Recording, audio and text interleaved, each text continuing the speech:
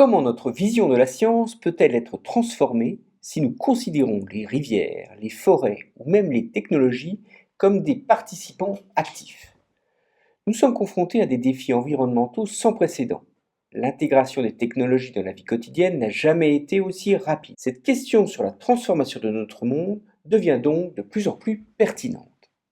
Alors aujourd'hui, nous allons explorer les idées de Bruno Latour, un penseur révolutionnaire dans le domaine de la philosophie des sciences, qui, comme Gaston Bachelard avant lui, est un fier représentant de la Bourgogne. Nous allons voir que Latour est un pilier de la théorie de l'acteur-réseau.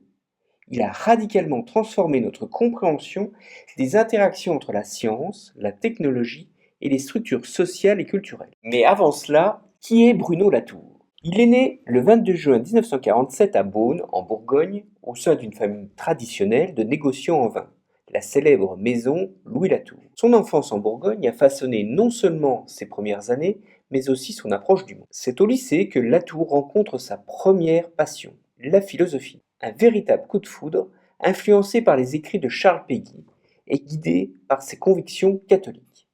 Il va alors s'engager activement dans la jeunesse étudiante chrétienne pendant ses années universitaires. Alors il est brillant. À l'université de Dijon, il décroche la première place de l'agrégation de philo. Puis il obtient son doctorat en théologie à l'université de Tours en 1975, avec une thèse audacieuse. Je vous donne le titre: Exégèse et ontologie, une analyse des textes de résurrection. Latour se démarque déjà avec son approche interdisciplinaire, fusionnant philosophie, théologie et une analyse profonde des textes sacrés. Alors la fin des années 70 marque un tournant dans sa carrière. Il prend un poste de maître assistant au Conservatoire national des arts et métiers. Il s'ouvre ainsi aux études de la science et de la technologie. Et c'est durant cette période qu'il se lance aussi dans des voyages exploratoires aux États-Unis. Ce sont des expériences qui vont élargir considérablement son horizon intellectuel. Cela va influencer profondément ses perspectives sur la science et la technologie. Alors en 1982, il rejoint l'École des mines de Paris, un environnement fertile où il va développer ses théories les plus influentes. Son parcours prend une nouvelle ampleur en 2006 avec sa nomination en tant que professeur à l'Institut d'études politiques à Paris.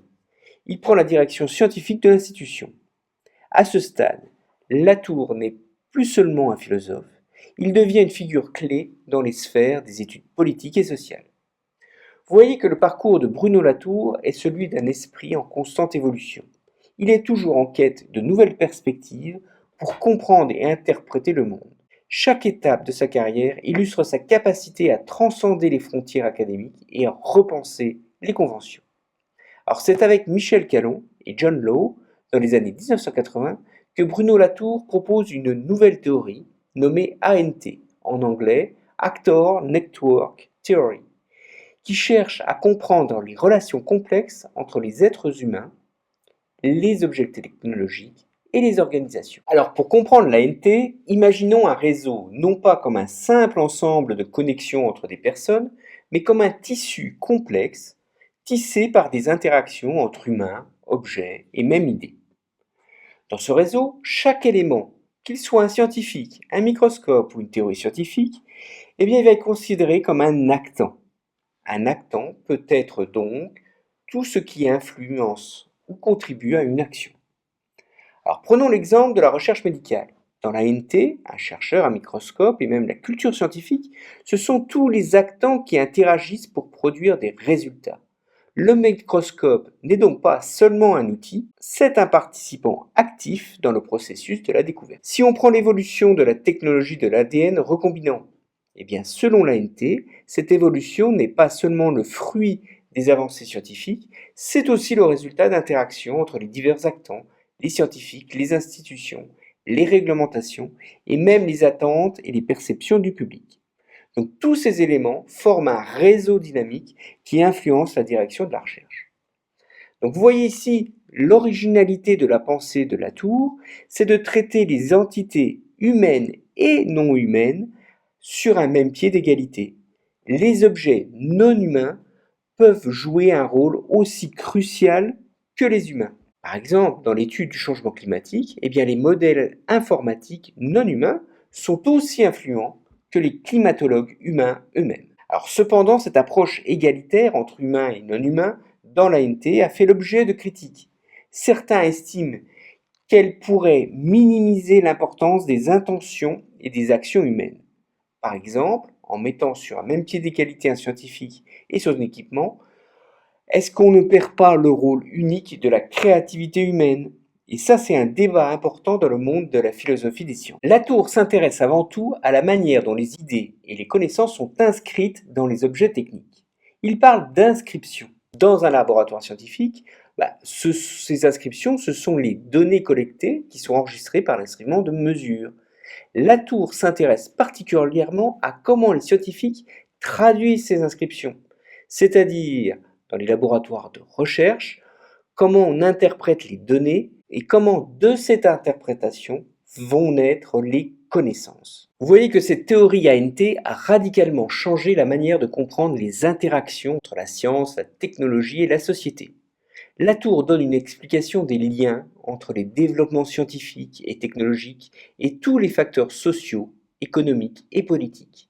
Les technologies ne sont pas simplement des outils utilisés par les scientifiques, mais des participants actifs dans les processus de recherche. La théorie de l'acteur réseau propose une vision de la science qui diffère de la conception traditionnelle de la quête d'objectivité. Selon l'ANT, les découvertes scientifiques ne sont pas seulement le résultat d'une exploration objective du monde naturel, mais c'est aussi le produit de leur contexte social et technologique. Par exemple, les choix de recherche peuvent être influencés par les facteurs tels que les intérêts économiques, les valeurs culturelles, les politiques institutionnelles et la disponibilité des technologies. Et ces liens sont dynamiques, un réseau en constante évolution. Alors comparons maintenant Latour avec d'autres penseurs clés que nous avons déjà évoqués. Vous vous rappelez Thomas Kuhn, connu pour son concept de paradigme en science. Il soutenait que la science évolue à travers des changements révolutionnaires plutôt que linéaires. Bachelard était aussi dans l'idée de rupture épistémologique.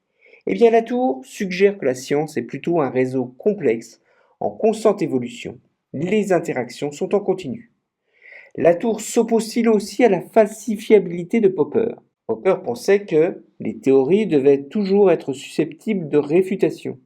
Si l'on considère la science comme un réseau d'actants, cela défie encore là aussi la notion d'une démarche scientifique purement objective. Latour se rapproche finalement de Feyerabend. Vous vous rappelez l'anarchiste de la science, qui remet en question la rigidité de la méthode scientifique. Latour propose une idée qui trouve un écho dans la flexibilité par l'ANT. Il se rapproche aussi de Foucault, qui a exploré lui aussi les liens entre pouvoir et savoir. Latour a complété l'idée en rajoutant le rôle des actants non humains. Alors que nous avons exploré les critiques et les comparaisons de la théorie de Latour avec d'autres philosophes, il est également crucial de comprendre comment ces idées résonnent avec les enjeux actuels de notre monde, notamment la crise climatique et les défis technologiques. L'approche de Latour prend une dimension particulièrement pertinente lorsqu'on la considère dans les contextes des défis contemporains. Dans tous les secteurs, on ne parle que de transition numérique, technologique, environnementaux. Prenons l'exemple de la crise climatique. La théorie de l'acteur réseau nous aide à comprendre comment les interactions entre les politiques, les technologies et les comportements sociaux contribuent à ces défis. Elle souligne l'importance de considérer à la fois les facteurs humains et non humains dans notre réponse à la crise climatique. Vous connaissez l'Anthropocène, c'est l'ère qui nous définit actuellement. Notre planète porte profondément l'empreinte des activités humaines. Ce terme Anthropocène est souvent attribué au prix Nobel de chimie Paul Crutzen, qui a popularisé ce terme au début des années 2000. Essayons de comprendre cet Anthropocène dans le contexte des réseaux complexes qui lient les hommes à leur environnement. C'est ici que la théorie de l'ANT nous offre une perspective unique. Le changement climatique n'est pas dû simplement à une série d'événements naturels. Tous les rapports du GIEC s'accordent à dire que c'est le résultat d'interactions complexes entre les politiques, les technologies, les pratiques sociales et les processus naturels. On a dépassé le stade de l'observation, on cherche désormais à décarboner et tous les secteurs industriels sont concernés. Il ne s'agit pas seulement de développer des technologies vertes, mais c'est aussi de transformer les comportements sociaux et de remodeler les politiques. Chaque acteur, humain ou non, joue un rôle essentiel dans ce réseau de changement. Une manière ludique de représenter ces interconnexions, c'est la fresque du climat. On rassemble des personnes pour explorer les causes et les effets du changement climatique. Cela crée un espace à la fois de réflexion et d'apprentissage sur cet anthropocène, en encourageant une compréhension systémique, holistique, de tous ces défis climatiques. Donc en conclusion, je voudrais apporter une des visions les plus audacieuses de Bruno Latour, qui reste d'actualité même en 2022, à sa mort. L'idée de donner un droit des choses et de repenser notre constitution pour mieux intégrer la nature et les objets non humains dans nos cadres juridiques et politiques. Latour a longtemps plaidé pour cette transformation, pour une nouvelle compréhension juridique et politique, en proposant que les objets non humains, comme les rivières, les forêts et même les technologies, soient représentés et aient une sorte de voix dans nos systèmes légaux et nos processus décisionnels. Cette idée peut sembler révolutionnaire, elle est en réalité une extension logique de sa théorie de l'acteur réseau. Je vous laisse à réfléchir à cette idée. Reconnaissez-vous que notre monde est cohabité et co-construit par des entités humaines et non humaines et que ces sociétés devraient être prises en compte dans la façon dont nous gouvernons et gérons nos sociétés? Est-ce un rêve philosophique ou une invitation à repenser radicalement notre relation avec le monde qui nous entoure? En donnant une place aux non-humains dans nos délibérations politiques et juridiques, nous pourrions ouvrir la voie à des solutions qui seraient plus durables et plus équilibrées pour des défis de notre époque. Comment imaginez-vous un monde où les technologies et la nature auraient une voix dans nos décisions?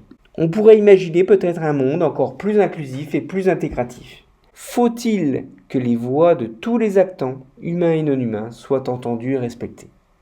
En repensant nos lois et nos systèmes politiques, comme le suggère Latour, nous pourrions peut-être créer un avenir plus harmonieux avec toutes ces formes de vie sur notre planète.